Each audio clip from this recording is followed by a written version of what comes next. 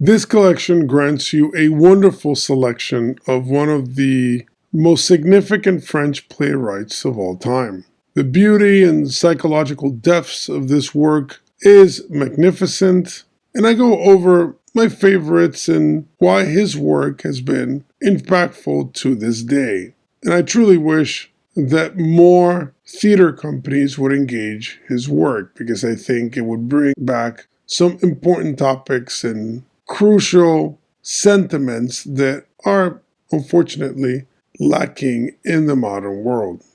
Stay tuned.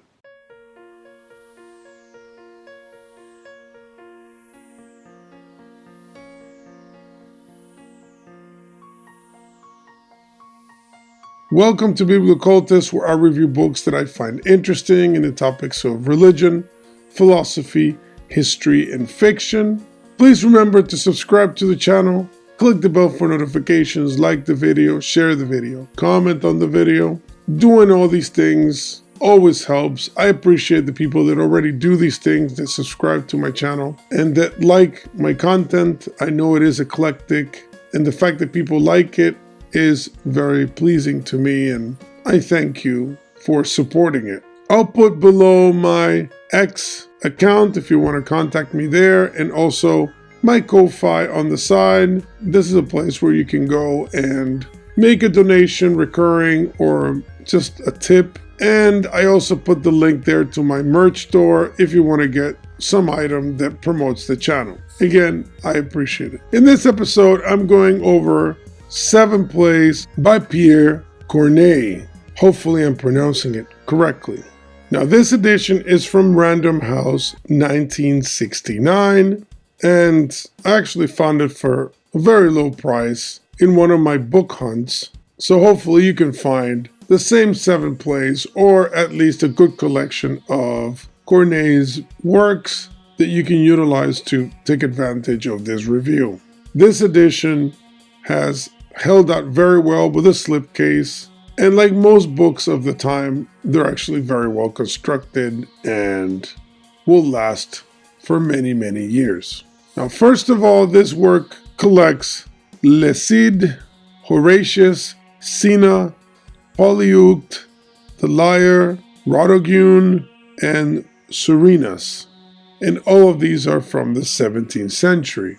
And I'll put in my notes some biographical information about Corneille so you can get a notion of his importance in his cultural context. Most movies about El Cid, the very famous Spanish Catholic warrior who fought against the Moors in the Reconquista in Spain, or at least participated in that stage, which lasted hundreds of years actually, are based on this play. And Corneille himself based it on a very classic Spanish work, but he is giving it his own twist. And I actually did a review on another book that deals with El Cid, although that book was more of a devotional Catholic work about El Cid, which I enjoyed a lot. And in that work, it actually quotes this play as an authority, which I found it so interesting. So you can go to my playlist and you'll find it in the history section. And actually, a lot of these plays are derivations from Spanish plays, which is something I was not expecting. And I find quite pleasing because I do have a Spanish background. So the fact that a lot of these plays in the French theater are kind of derivative from Spanish ones, and I'm talking obviously at this period of time, it's obviously very fascinating because of the huge cultural impact that Spain had during its golden age. Unlike what happened to many French plays post-Corneille, his work is both romantic in the traditional sense of the term, and morally profound. His focus is to present moral conundrums and the impact of social responsibility. So, classic, universally human concerns, and in that sense, similar in a way to Shakespeare, although the mood of Corneille is quite different. So I wouldn't really do a one-to-one comparison, but there's something there. I'll say something without spoiling the works of each play here so you can get a good feel for the book. So Le Cid is the first in the collection, and it's actually one of my favorites in the book, in particular to how hatred and love is managed, having to choose between loyalty to parents, honor, infatuation with the lover, etc. And there's actually multiple layers there because both main characters have an issue of loyalty to parents that causes the conflict. And love in these works is presented as lust, mixing infatuation with attraction, and placing this on top of other ethical concerns, like justice, for example, is really what makes the work to be interesting. And I think that has always been the case. When you create these ethical pretzels, it's difficult to get out of. How do you value things? What's the hierarchy of importance? And that's usually the core element that creates a good play. When we go to Horace, he continues this motif, but creates one of the greatest dramatic female characters of all time, at least that I have been exposed to. Her name is Camille. And of course, it is all very tragic, but what is being elucidated here is very important. And I'll give you a quote from that particular play so you get the point of what I'm saying. Camille says, "Rome, the sole target of my burning pain. Rome, for whose sake my darling you've just slain. Rome, who engendered you, whom you adore. Rome, whom for honoring you I now abhor. May all her neighbors in a grand alliance sap her foundations as they hurl defiance. And if all Italy prove insufficient, may Occident ally itself with Orient. May 100 peoples from the ends of the world cross mountains, seas to crush her, flags unfurled. May she herself crash down her rampart stout, and with her own hand tear her bowels out. May the gods' anger, kindled by my prayers, rain down on her a fiery flood of flares." That is absolutely spectacular and an exaggeration of impressive magnitudes.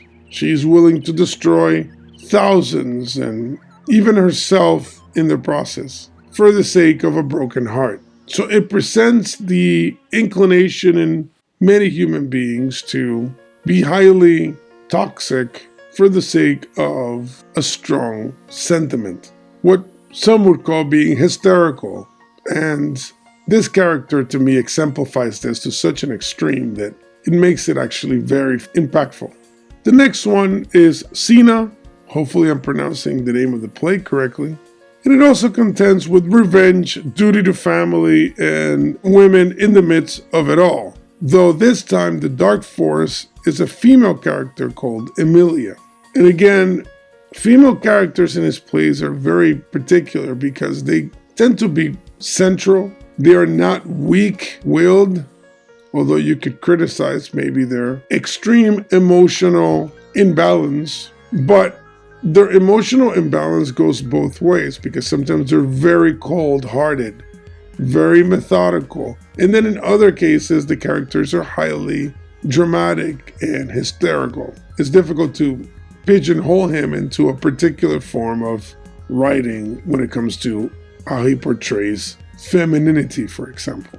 The next play is Polyeucte, which is actually my second favorite in this collection. And it contends with a time of trials during which many Christians died for their public profession of the gospel. And although Polyeucte could choose to be quiet and live a normal life and refuse to put himself in the position of being publicly executed for his faith, because he's allowed to practice it without making a public profession, he chooses the difficult route.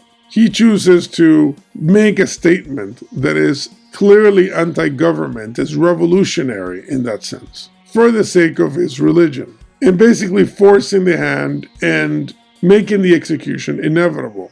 And there's an element here that seems to be critical of the position, almost like he is a lunatic of sorts, because he's choosing this route that is the most difficult route unnecessarily. And you could argue that the character is being, in a way, selfish because he could choose to continue being a Christian without the dramatic exit from life. And as you read the work, it makes you feel that that's kind of the point that the author is making, although once you get to the end, it actually changes your perspective. And let me read you a quote from this particular play that I think will also illustrate the feel for it. And this quote is from Severus, which is one of the main characters in the play. "The Christian sect is not what one imagines. They're hated. Why? I do not know the reason, but in this I find the emperor wrong. From curiosity I wish to know them. They are deemed sorcerers, the slaves of hell, and on this credence do we deal out death, for secret mysteries beyond our ken.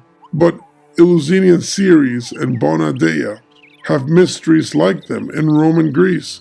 We suffer with impunity, all gods, save only their god, crowding heaven's dome."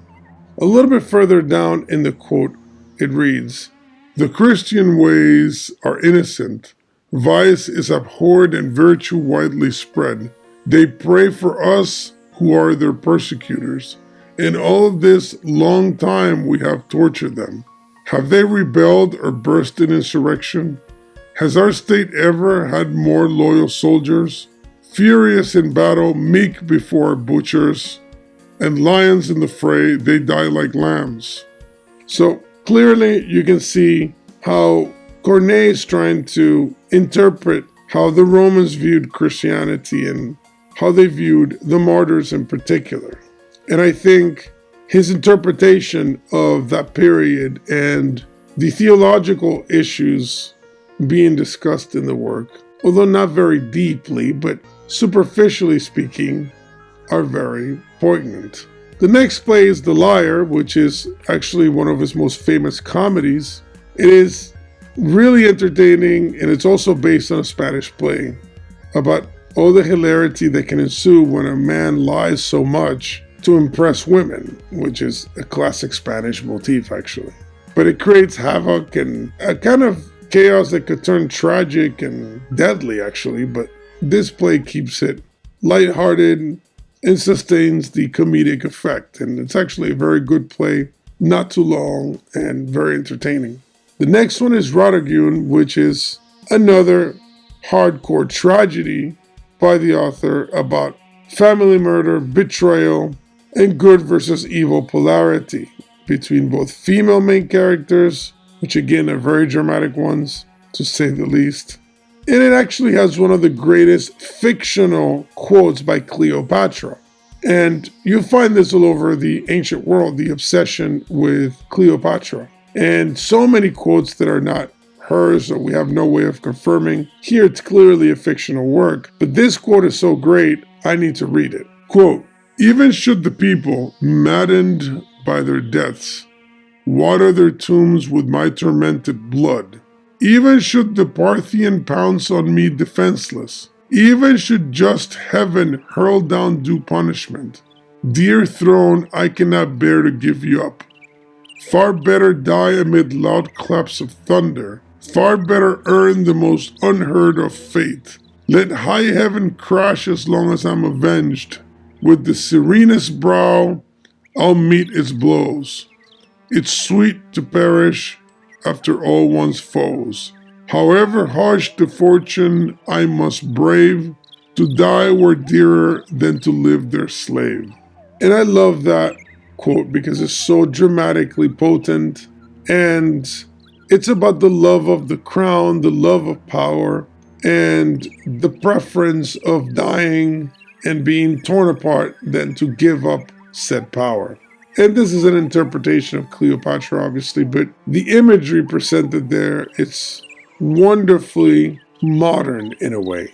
I think what's happened in the modern world is that people have assumed this attitude, which there is seen as a criticism, but today is seen as a good character trait, a form of psychotic ambition to achieve one's goals or to sustain power to such a degree that it's destructive. Now we end up with Surenas, Corneille's last play, not only in the collection, but in general. And it's another love triangle. Some people see it as actually it's a surrender of the honor motif in most of his plays.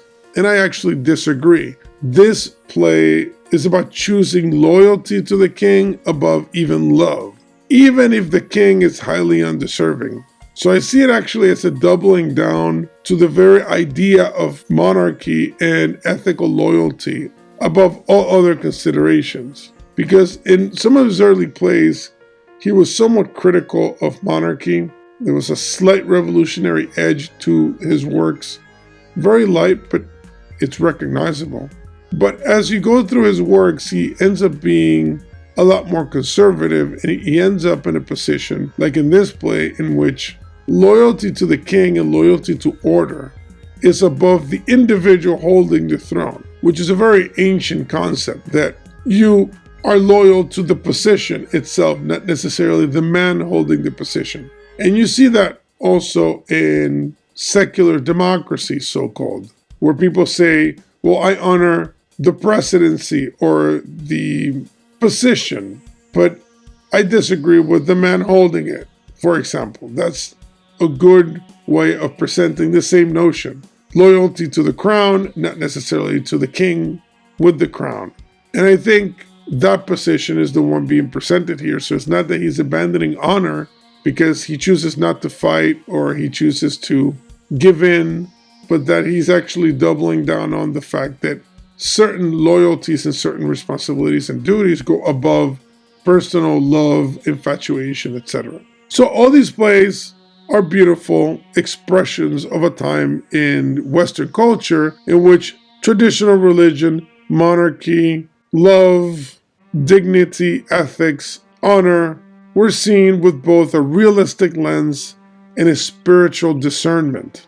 They were representative of the eternal principles of life and nature, and they're also very entertaining. They serve their true purpose, which is to teach you something while at the same time making you think about your own life and making you think about axiomatic presuppositions, etc. They help you kind of look at things from different perspectives. And I do know that people still put these plays out there, but I would love to see more of that happening, actually, because I think they're wonderful works that for today's audience will probably be very revolutionary and strange and interesting. And I think just for that reason, they should be out there. So find out if you can find a good collection of his plays and enjoy them. Drop in the comments which one is your favorite of the list and why you like it. I always read all the comments and I'll be more happy to respond to you and engage in that conversation. So hopefully you enjoyed the review. Don't forget to subscribe to the channel, click the bell for notifications, like the video, share the video, and comment on the video. Thank you for being with me. See you next time.